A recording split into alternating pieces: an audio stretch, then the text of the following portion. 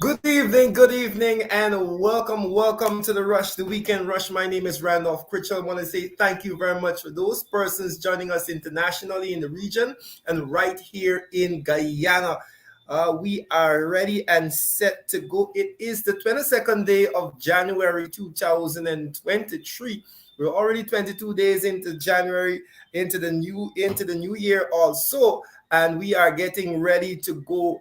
Thank you very much for joining us right here on all of our stations, all of our platforms. We're on Facebook, we're on YouTube. Thank you very much to those persons joining us on YouTube also.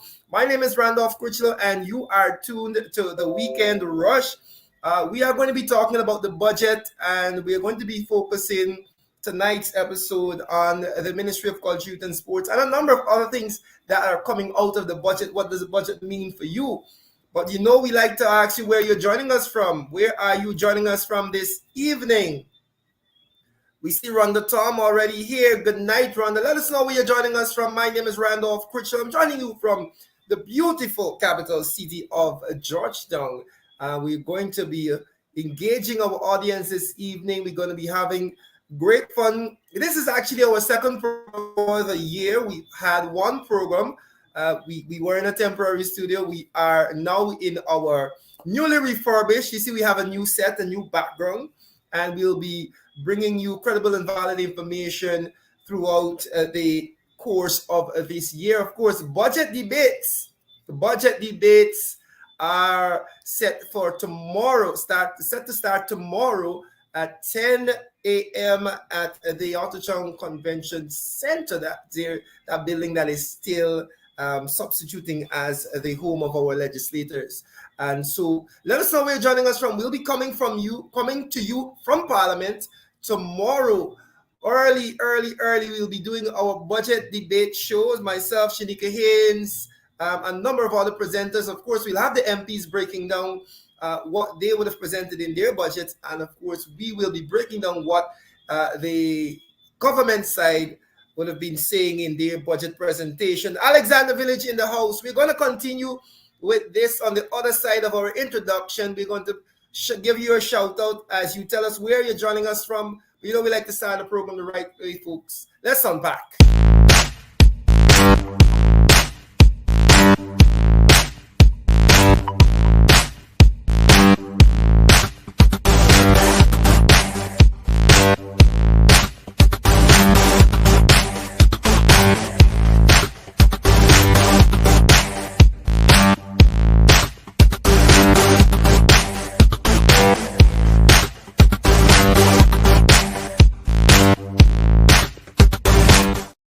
Right, we are back, and we want to say thank you very much. Share the live stream, folks. Share it in your WhatsApp group, share it on your Facebook pages and your Facebook groups. Share the live stream, folks. We are back. Let us give you some shout out right now where you're joining us from. As we look at the comment sections, we're getting some comments here. Antigua is in the house. Thank you very much for tuning in, Antigua. We see you. Thank you very much. South Ranvette is in the house, as we already big up Alexander Village. Thank you very much for tuning in as we share the live stream, folks. We are going to be getting into all the things that we are going to be talking about this evening. Give some others an opportunity to come into the program, share with your friends and family, let them know that the Weekend Rush with Randolph Critchlow is on, and we are going to be unpacking. That's what we do on the program, folks. We unpack, we take our time, and we unpack the issues of the day, and we focus on one particular issue, and we unpack that. And folks, we are going to be unpacking the happenings at the Ministry of Culture, Youth and Sport as budget debates come up, folks. 1.7 billion, 4.7, and 900 million. $4.7 billion to the National Sports Commission, 1.6, going to culture, and 900 million going to youth. And we are going to be breaking down those numbers, especially, folks, in light of the fact that last budget saw $3.2 billion going to sport. And we have to question where the bulk of that money was spent, and whether or not it had a significant effect on sport and sport development. And we're going to be digging deep into a number of issues surrounding culture, youth, and sport. But we are going to be following the money. We are going to be asking those questions. Long, where we watching from New York, New Jersey. Thank you very much, Lane Avenue. Thank you very much. Share the live stream, folks. Share the live as we do the same on our end, and we get ready to push forward with our program. Of course, as I said, it is the 22nd of January 2023, and I am happy and pleased to be back in our studios. We were housed temporarily at some other place. I can't reveal the location, but we were housed not in our regular spot, but we are back in our studio. We have a brand new setup. We have a brand new background, as you can see. Keeping in tune with the late night theme, we have a new background. But we're going to get ready to go. Joelle says that it's a waste of time debating, in her opinion. The PPP would just do what they want to do, despite you might be making valuable contributions. And that is an interesting take, Joelle. And I want to tackle that before, because the opposition has a responsibility to represent. They were elected to advocate for the causes of half of the country. And so, although you might think it's a waste of time to be debating, it is an opportunity for the country and the world to see the difference in approach between this installed administration and the government, the uncaring government that we have in place right now, that continues to funnel and fuel, I should say, the bulk of the resources towards a particular section of society, the elite class, the business class, and hope that somehow that money will trickle down. So it is important, in my view, that the opposition calls them out. At every chance and every opportunity, call them out. These budget debates will be live on the internet. It will go worldwide. It will not only be viewed by Guyanese, but people in the Caribbean. It will be viewed by people all around the world. And the opposition has a responsibility to say, hey, that $10 billion that you're spending over there is a waste of time. It could have been better spent here. And highlight to the people where this government is going wrong. The opposition, my friends, also has a responsibility to suggest alternative courses of action, because it's all well and good to oppose, but what are you saying are the alternatives to what is happening? And so putting forward ideas is an essential part of this debating process. And we will talk about some of those ideas that have to be put forward in light of what the opposition sees is happening. And so it is an interesting process because of the nature of our parliamentary system, where we have an opposition that may have one less or two less votes, really not having a say, but it is still an opportunity for the world to see that, look, the opposition making sense here. They are suggesting some good things. And so this idea of going into those debates is not only to make the PPP change their ways, but is also to represent the people and put forward ideas that the opposition believes are better for the Guyanese people. So I want to say that. Right, Joel? Yes, I know you said you hear me, but it has been since 2021 and different despite. All right, I got you, Joel. I got you. And we are sharing ideas here. We are sharing ideas. So I want to say thank you very much for your opinion. Right, as we move forward, folks, I want to talk about a few things. Happening with culture and sport. To Mary Eastbank, thank you very much for tuning in. The UK is in the house. Thank you very much. As we share the live stream, folks, the UK is in the house also. Right. Good night, Kim Walker. Thank you very much for tuning in. Share the live stream, folks. Share it to your WhatsApp groups. Let's get the ball rolling, folks. Before we get to dealing exactly with the, yes, love you too, Joel. Thank you very much. Dealing exactly with the Ministry of Culture, Youth and Sport and Minister Ramson. Let us look at a particular issue. Let us look at a particular issue that has been in the news, and I want your take on it before I give my take on it. And of course, this comes under the ministry. I want you to look at this particular thing that I want to bring up here. And it has to do, folks, with the Durban Park. Now, let me say this. As much, folks, as much as you may want to criticize,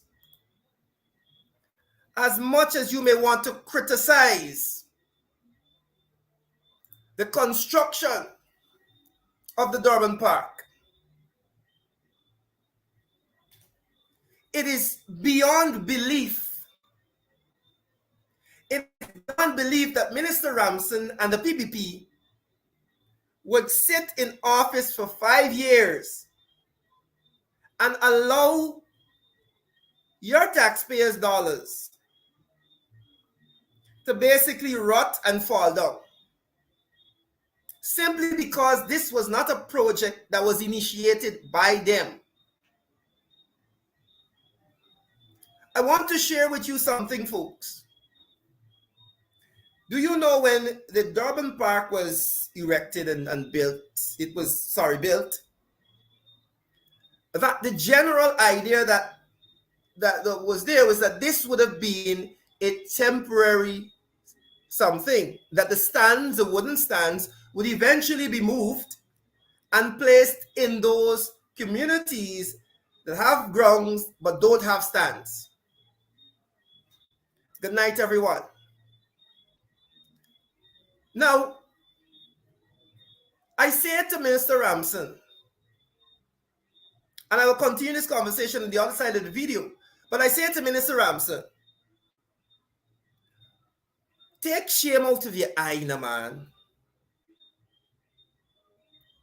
There are so many community grounds around Georgetown alone, not just the country. Don't even think about the country, Georgetown alone, that would be appreciative of those stands that are rotting at Durban Park. Even if you don't want to continue using Durban Park because it was an APNUAFC project, don't allow their stands to rot and fall down. Salvage what is there and give them to the community grounds. Oh my God. Oh.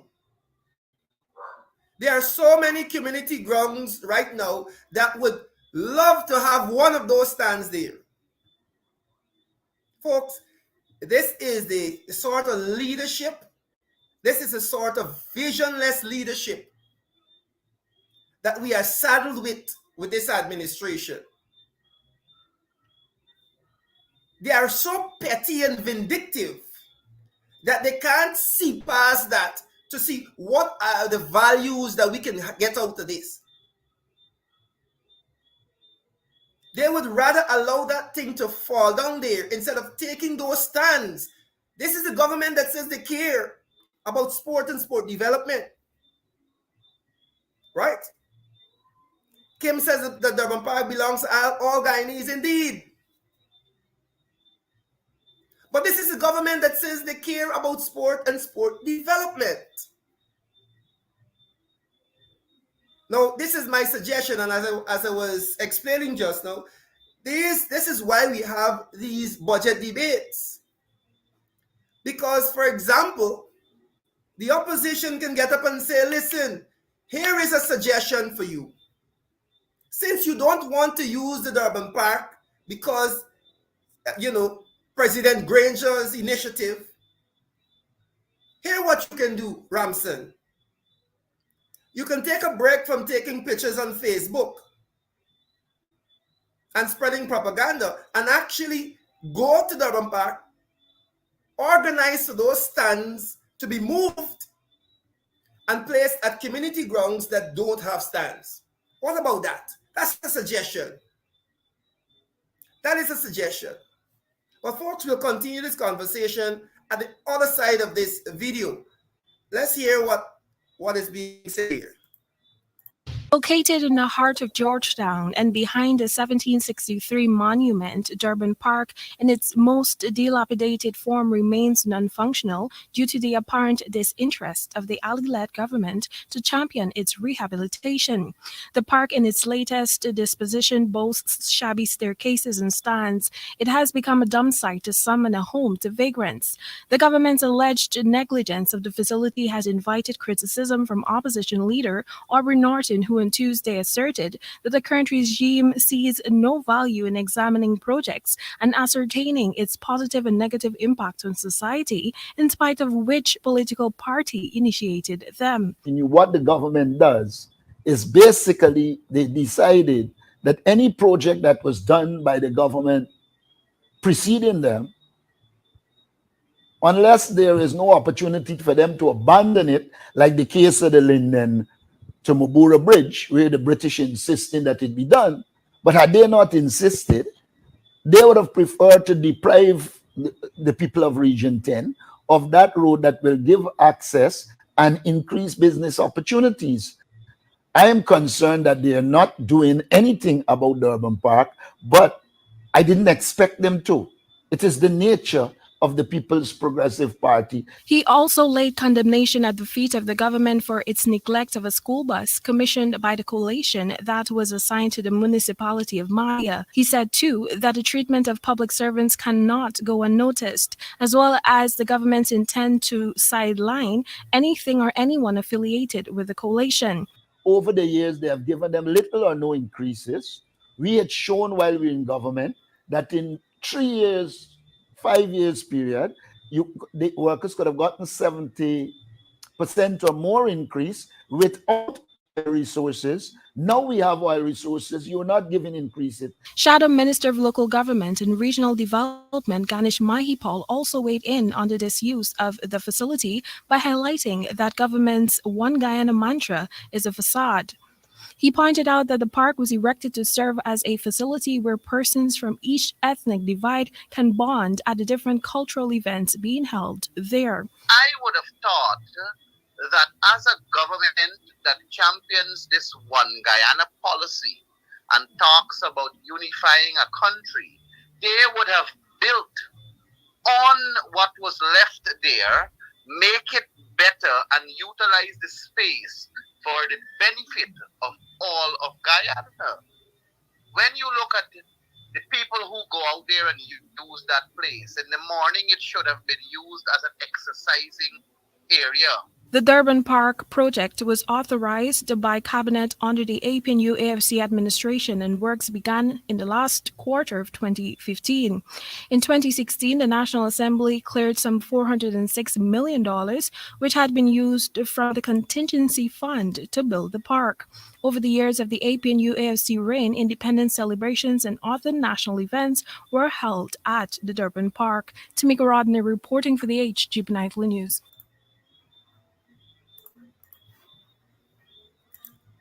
Right, folks. And I want to deal with a few things as we come back from this video, and I want to pull up a picture for you, right? As we deal with at the Durban Park. Right. As we deal with a few issues that would have come up as we're looking at that. Now, I want you to look at this picture. Right? And we're going to deal with a few things. Now, we see, and I like to interact with my audience, folks. I like put your thoughts in the comments. Let's have a conversation. That's what we're here to do. Let's have a conversation. Now, Hamed Ali is saying that which community ground would accept rotten stands? Now, Hamed, I don't know if you know that when this government took over, when they were installed in 2020, that those stands were fine. I remember an independence celebration there, a big celebration with the children, thousands of people. The stands were fine. Now, it is the neglect of this administration that has caused the stand to deteriorate. Now, with any facility that you have, there is constant upkeep, there is constant maintenance that you have to do to ensure that it doesn't fall down. And as you use it, you realize that, you have to maintain for the wear and tear. Now, if you decide that we ain't going to use it, now we ain't going to maintain it for 2 years, then of course it would be rotten. It would be falling down at this point in time. But even as we say this, Hamid, hope I'm pronouncing your name correctly. Even as we say this, there are still salvageable material. Let me repeat, salvageable material at Durban Park that can be used as the starting foundations for stands elsewhere. Even at this point in time. And I want those of you who are doubting that there is a need for community grounds to be equipped with stands, to walk around your community and walk around the communities around the country. And we haven't even gotten to the fact that many of these community grounds, although the minister has been touting that he is doing such a wonderful job, I walked around South Ranvelt and North Ranvelt, and there is one ground, and because that is the Conquerors ground, the football ground, that is in any condition to be used. One in the entire South and North Ranvelt. Right? So I am saying to you that there is lots of talk about development. There are lots of pictures. There's lots of dancing on stage. There's lots of Facebook posts and rants. But go into the communities. Go into the communities and look at what is happening with the grounds. Durban Park and the neglect of Durban Park will stand as a stain on this government's legacy, whatever the legacy is. It will stand as a stain on the Minister of Culture, Youth and Sports' time in power. It will act as a reminder of his pettiness and the vindictive nature of his administration. That is what it will stand as. Because if you are coming into power and you say, look, hey, the park wasn't supposed to be built like this, it should have been done better. Then if you are a government that is better, then do better. Rebuild the Durban Park. The thousands of people that use it, even today, as it is in its dilapidated state, the thousands of people that use it would be happy with you. But you know, it's a big problem. The Durban Park is in the center of Georgetown. And for the PPP, everything has to have a political incentive. This is why I'm going to be sticking to sports. This is why we have not seen a synthetic track in Georgetown, where the majority of the people live. And this is why they will not fix Durban Park, because they do not care about the people of Georgetown. The people of Georgetown vote primarily for the APNU AFC. They know that the APNU AFC win Georgetown every single year at the local government level. Every single year. the last 2 times we had local government election under the APNUFC, mind you. The APNUFC took Georgetown handily. So they know that Georgetown is not there, so they don't really care. But as I said to you, and I will leave this here, folks, if the minister has any modicum of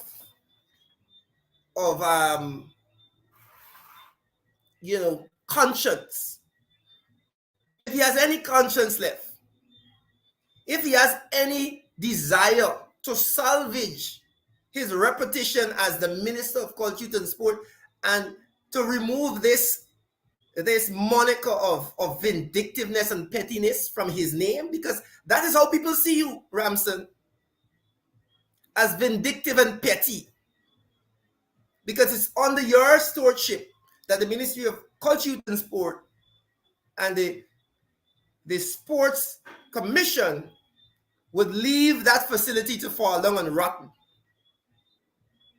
In 2020, as Hamed would have highlighted to us, a lot of the boards are rotten now. But in 2020, they weren't.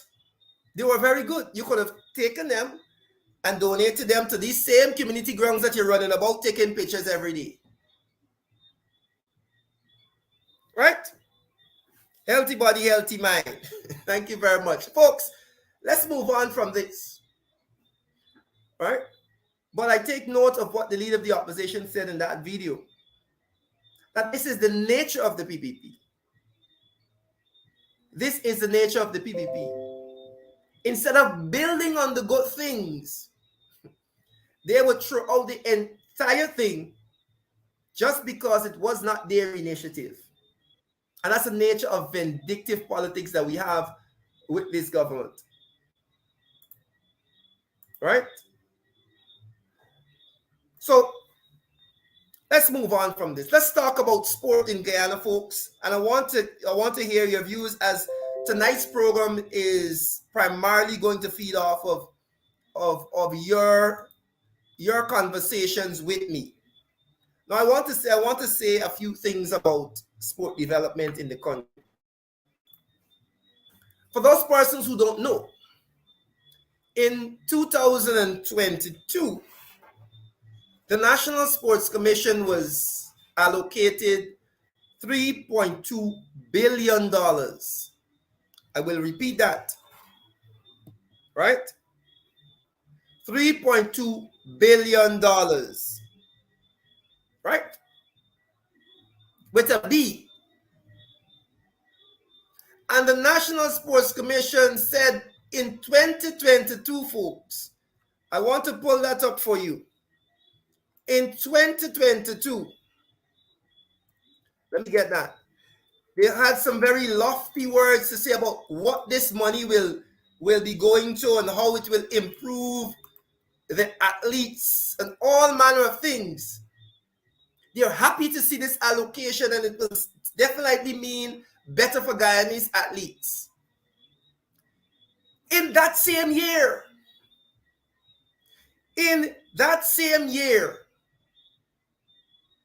we had athletes from Guyana going over to represent the country, falling ill, and having to use a team doctor from another team because we did not send a medical professional with our team.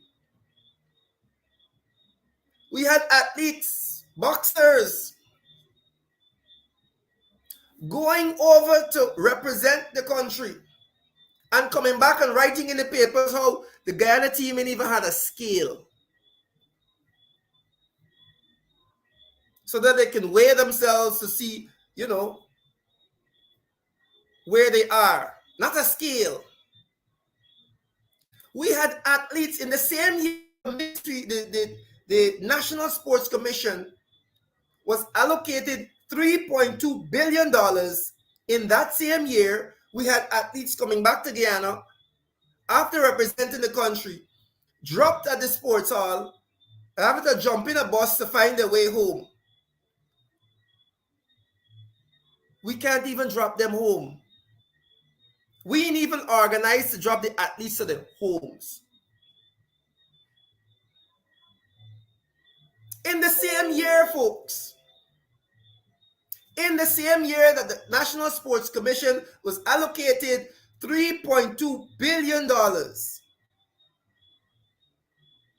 we had athletes, student athletes competing at the nationals. And after the nationals was done, they were asked to return their tracksuits. To do what? To go where? You are trying to tell me that the Ministry of Culture, Youth and Sport, the National Sports Commission, nor Minister Ramson couldn't intervene to ensure that those athletes, those student athletes, get to keep their tracksuits. I don't know how many of them returned it, but they were asked to return. In the same year, what did we see at the end of the year, folks? We saw lots of hurriedly given out projects. A sign of mismanagement and lack of vision.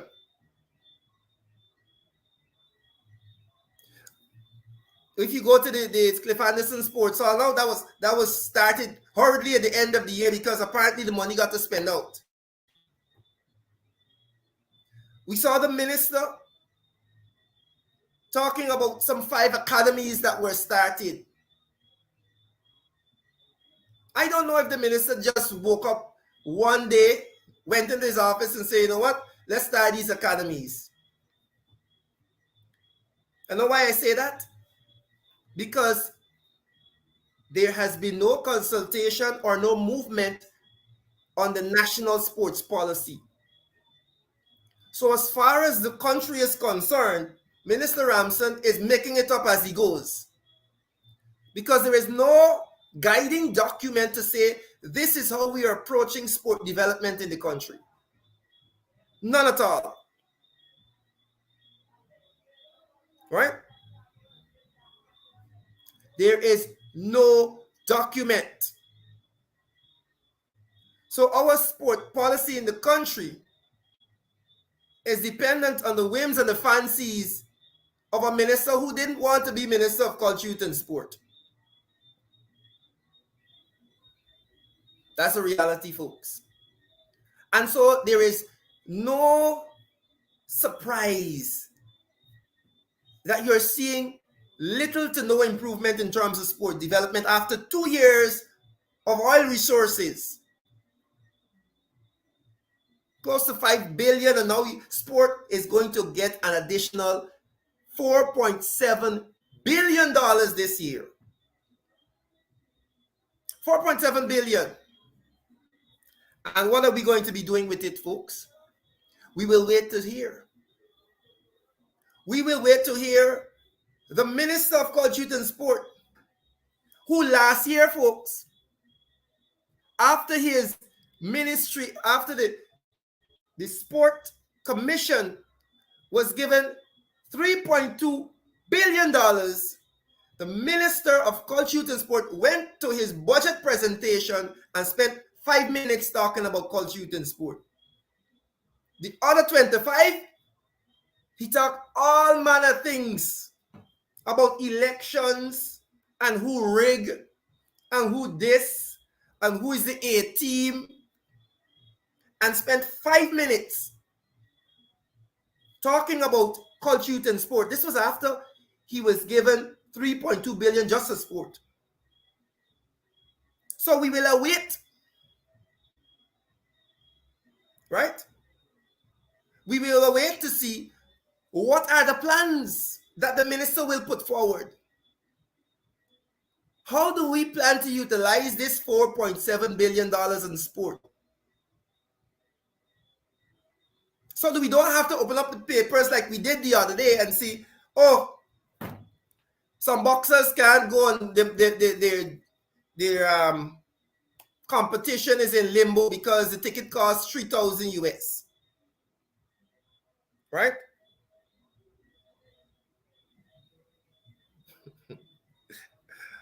right? Folks, that is a sad reality. Open up the papers. And I want to hear your thoughts right now. Have you seen where this $3.2 billion was spent in 2022? How has sport improved in our country after an injection of $3.2 billion? If there's someone in the comment section right now that can tell me that, I'll read it out. I'll read it out right now. Because Lester King is saying that the man is running the ministry better than it was run under the coalition. Come on, Lester. Don't just say things. Defend your points. Show me the area in which sport was improved after the injection of $3.2 billion. Come on, Lester. I'm waiting on you. Don't disappoint me. Do not disappoint me. As we wait on those persons to come and tell us how sport has been improved, we can turn our attention to culture. We can turn our attention to culture, and we don't come to youth last. We don't come to youth last because apparently the youth has been given $900 million. But let's talk about culture a bit. And again, folks, tonight's program is primarily we're dealing with the Ministry of Culture, Youth and Sport. And we are going to be breaking down the ministry by ministry as we go through this budget debate, as we take out the information and bring it to you, because a lot of the numbers people do not know, right? You have to know the numbers. Because if I come and tell you that, look, sport got $4.7 billion this year, which is a number, that is how much the National Sports Commission has been allocated. $4.7 billion. If you are an athlete, or you are a family member of an athlete, or you are a sports fanatic, you are a sports enthusiast, you're an avid sports fan, and you want to see Guyana move forward, you would want to know that $4.7 billion is not being squandered. It is being used productively and transparently to ensure development in sport. I am sure that every single Guyanese who has an interest in sport would want to know, how is it that we are going to spend this $4.7 billion? And I can bet my bottom dollar that when you listen to the Minister Ramson, when he has his opportunity in the budget debate, he will spend most of his time politicking and not presenting any structured, strategic layout or plan for sport development. He will come and tell you, I spent $10 million on 25 grounds. I start some academies that nobody knows about. What is the academy really doing? How does that fit in to the overall sport policy? He cannot tell you that because there is no sport policy. Right? So I say to you, we are going to be talking about the numbers. And throughout this year, we're going to try to bring to you and show you, look, this $4.7 billion is not going to at least development.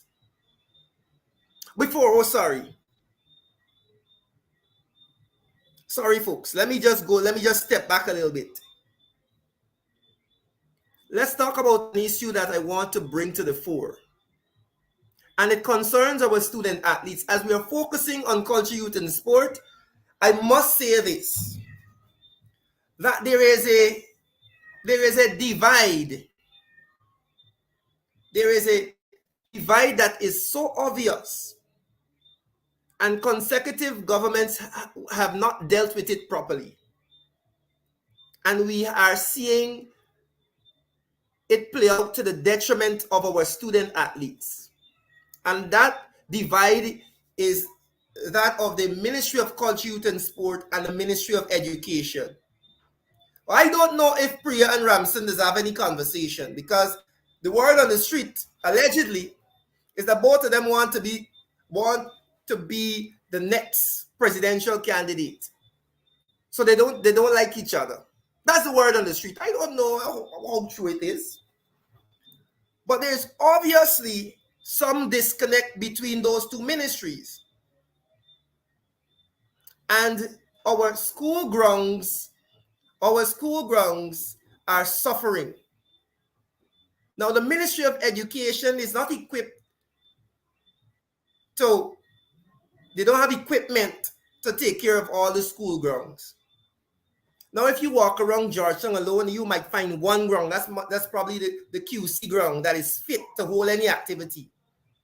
All the other grounds, we might as well rent them out to the GDF for jungle warfare training. And so there must be some attempt by the Ministry of Culture, Youth and Sport to assist in that gray area. There must be some attempt to help out the Ministry of Education, or it is that the Ministry of Education has to dedicate some sort of funds to upkeep of school grounds. It can't be that the ministry to send somebody to weed the schoolyard and the school ground 3 times a term. It has to be a dedicated approach, because that is where we have to start. And this is my problem with the approach of Minister Ramson. You can't come with an ad hoc thing. Let's start an academy. And we have all these little children running around taking out pictures about the academy. Those children go to school. When they are in school, their school ground, they can't use it. The Ministry of Education has made no attempt to deal with the school ground issue. And you, as the Minister of Culture, Youth and Sport, are not coordinating, you're not working with the Ministry of Education to see how we can fix this problem. And as a teacher, I can tell you that. That has been a problem for years. Again, as well as I said earlier in the program, this is an opportunity for the opposition to say, look, here is a suggestion that we can use to solve a problem. We suggest that you create an MOU with the Ministry of Education, and we have a unit dedicated that will use resources from both ministries, dedicated to ensuring the upkeep of school grounds, because that is where it starts. If the students don't have access to facilities in school, how will they transition into a club setting or anything else? You have to start there. Again, the value of presenting these suggestions in a debate setting, like the National Assembly. But I move forward, folks. I move forward. I'm supposed to welcome Mr. Ganesh Maipal, hopefully in a few. He has promised to come on because he is preparing for his parliamentary debates starting tomorrow. And I hope I get him. Right? But let's move on. Let's talk about culture quickly before we see if we can bring in Ganesh. Now, culture has been given $1.6 billion. I'm happy to see that. That is the world that I come from. I come from the world of theater and the creative arts. And I'm happy to see that culture was given this money. I will also remind people that we have been calling for the government, the ministry, to tell us. And I hope that our MPs call out these issues and we highlight them. Now, this is no allegation. These are confirmed things that we see with our own eyes. Now, Minister Ramson's wife plays an integral role at the ministry. We have called on the minister and the ministry to say what is the nature of the arrangement with Minister Ramson's wife, who is playing some sort of role at the Department of Culture. We don't know. Now just imagine if it was, the shoe was on the other foot. The PPP would have been up in arms about the minister wife running around calling the shots at the ministry. And so the minister needs to come clean about whether or not the ministry pays her or she's volunteering her services as a cultural expert. That we don't know that she is, but she is certainly working in some capacity at the ministry. Whether or not she's being paid or she's volunteering, we don't know. We do not know. Now, before we segue and we move from culture, youth, and sport, let's talk about youth, because this is a sore point. Now, I listened to the budget debates with keen ears. Not the debate, the budget presentation. The senior minister within the office of the president responsible for finances, Dr. Ashni Singh, presented the 2023 budget. And he said that 900 million has been allocated for youth, for the Department of Youth specifically. And he outlined a few things that would have happened. Right? He outlined a few things that would have happened in terms of training. A number of things. Not a number of things, a few things.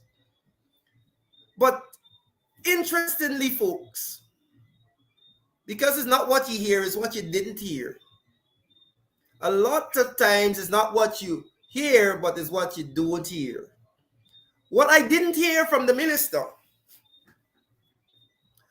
and I'm sure I will not hear from the Minister of Culture, Youth and Sport when he does his presentation this week, are what are the programs in place to train and equip our young people and get them ready to take up jobs in the oil economy. That is what I want to know. That is what I want to know. Only recently, folks, we opened up the papers and we saw private company to import skilled workers from India to take up oil jobs in Guyana. This government, folks, and this is when you are focused on the wrong thing. This government does not value human resource development. And they might throw a few programs here or there, but those programs are not targeted to ensure that Guyanese are taking up the jobs from the oil economy. Because if that was so, then the gold scholarship, not gold scholarship, would have had a specific section that offered a number of courses in oil and gas management and all of these oil-related fields. If this government had cared about human resource development and developing our young people to take those jobs and not go find people and bring them, they would have spent the last 2 years, my friends, putting programs in place to train young people in oil and gas management, engineers, all of the associated industries. But this government spent the last years pumping monies into all manner of things. And they do not see the value of ensuring the youth department says, hey, young people of Guyana, we have a plan for you. Our oil economy is fast growing, probably the fastest growing in the world. By 2030, the oil that Exxon is going to be taking out is going to contribute, is going to represent, their largest operation around the world. How do you, as a young person, tap into that? How do you, young people, train yourself to take advantage of those opportunities? Now, I expected the Department of Youth over the last 2 years, knowing this, to put forward programs that would aid young people and equip them to take advantage of those jobs. We have not seen that. And that is one of my biggest disappointments with this budget. That's one of my biggest disappointments with the Minister of Culture, Youth and Sport and the Department of Youth and Sport that has not forwarded any such suggestions. Herein lies my problem. Herein lies the opportunity for the opposition to go into Parliament come this week, starting tomorrow, and say, hey, the young people deserve better. The young people deserve an opportunity to train and equip themselves to take advantage of the jobs that the foreigners are coming and taking up. That is my issue. Let's follow some of your comments here. Right. Folks,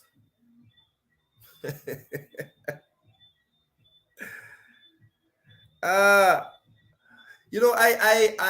value intelligent debate. I value stimulating and competent dialogue about issues that are fact-based and not steeped or come from a place of emotion and opinion, but come from a place of facts, come from a place of reality, of understanding the situation that we're in.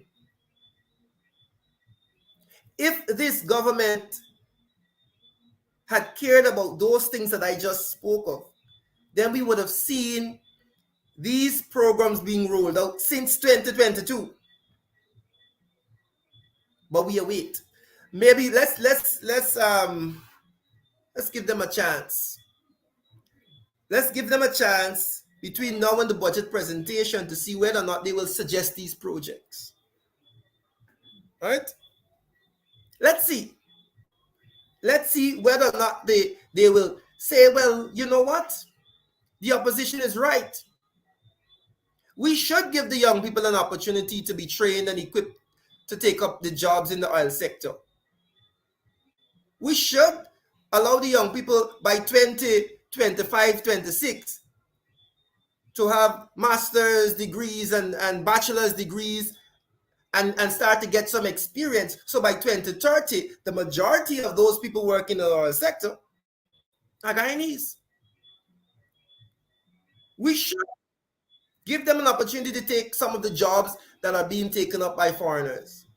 Now, the reality is, folks, that we are a small country, relatively inexperienced in oil and gas. And so you cannot help it. You can't help the fact that, look, some jobs will be taken up by foreigners because they have the experience. But we knew this since 2020. What has stopped this government from being very pragmatic about training our young people to take up those jobs? What has stopped them? Their focus on building this road, taking out that picture, dancing on the stage. That's what we on. Right? I'm gonna say that will never happen. Right?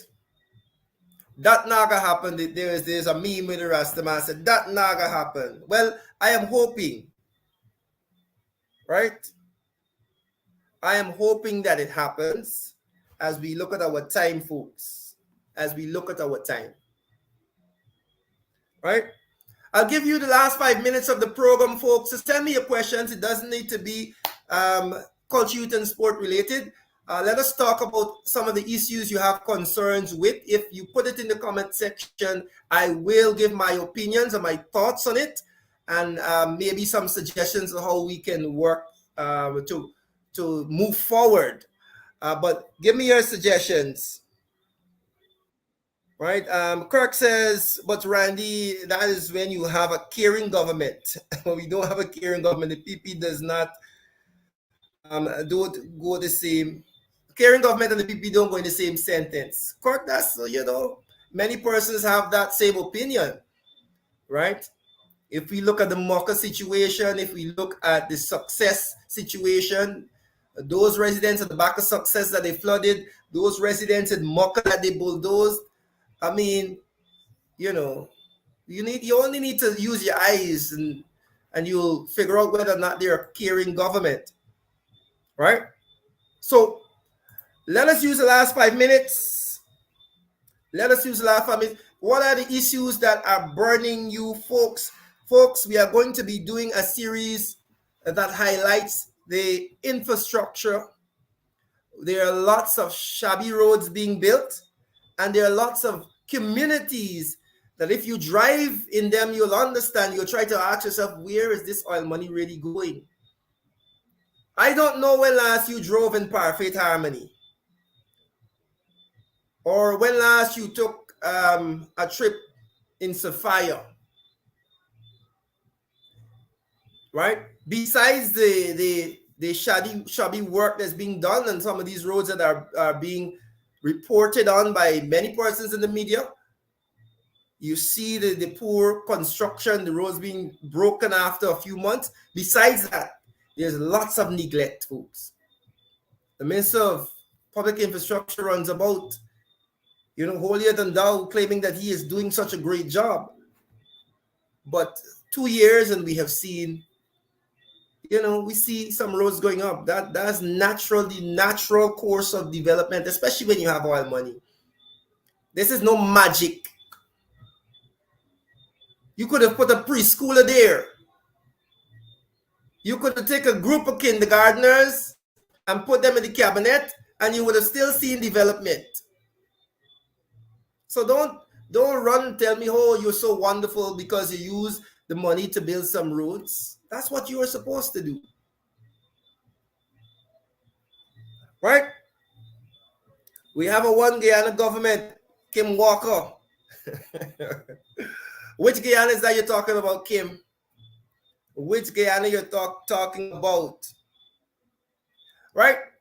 Give me an opportunity, folks. Let us get in the comment section. We have about 2 more minutes, so let's interact. Let's talk about issues that are concerning you. What's happening in your community? What's happening in your community? I know that persons are looking forward to local government elections. Now, that in itself is another big mess. Another big mess as we wind down the program, folks. We don't think that we'll be seeing local government elections very soon in this year. I estimate that to be till about August. We have so many issues. The Minister Dharmlal would have gone ahead and tried to change the boundaries of the constituencies. That in itself makes little sense. Why would you allow somebody who belongs to a political party that will be contesting the same elections to determine the boundaries? Obviously, you will determine the boundaries that would help your party or in your favor. Determination of boundaries has to be done by the Elections Commission and hopefully a fair and unbiased group of people. Because if you take any party person and tell them, draw the boundaries that we will use to contest these elections, that person will obviously be thinking, how do I draw these boundaries to suit my party? So the Minister Dharmlal would have gone ahead and done that, and then it was deemed unconstitutional, and so now there's a lot of issues. In addition, the GCOM provided a list that is not the list for local government, but for general elections. And then so we have those two issues to sort out before any local government election is had. Right? Looking from Los Angeles, good night, good night. Ford said there is no one Guyana. Folks, I've given you the opportunity to bring up some topics. It is 8 o'clock. I'm hoping to see you right here, same time, same place, next week, Sunday, as we look at another ministry and we talk about suggestions. We talk about moving forward. We try to highlight where this government is going wrong. Because if, as an opposition, if we can't do that, then it's best we just stay home and relax and take care of our families. But we have to be able to highlight where the government is going wrong. Because if you go on the streets and you talk to the people, you get an idea, you get a sense of what is happening and where the improvements should be. And so that is our job, and we'll continue to do that. We'll continue to call the government out on their wrongdoings. We'll continue to point to areas that they are failing. And we will continue to forward suggestions, to posit suggestions that should work for the betterment of the country, that we believe are better than what is happening right now. And hopefully when that time comes, folks, the persons will see that where we are heading is not right, and the suggestions and the path that the APNU AFC had the country on is the one that we need to get back on so we can have that prosperous country for every Guyanese and not just one set. Right? All of Guyana, not one set of Guyana. With that, folks, I will take my leave. I hope to see you here on Sunday, Well, I'll see you tomorrow as we start our budget debate program. Please tune in at 10 a.m. tomorrow. We'll be live from Parliament. Myself and colleagues will be live from Parliament, bringing you the breakdown of the budget debates. Thank you very much, Ms. Jackman. Thank you very much, all of those who tuned in from all over the world, internationally in the region, right here in Guyana. My name is Randolph Critchell. I will see you tomorrow, the budget debate program, live from the Parliament. Like I always say to you, let's continue, folks. Let's continue to work together for national development. Do enjoy the rest of the evening.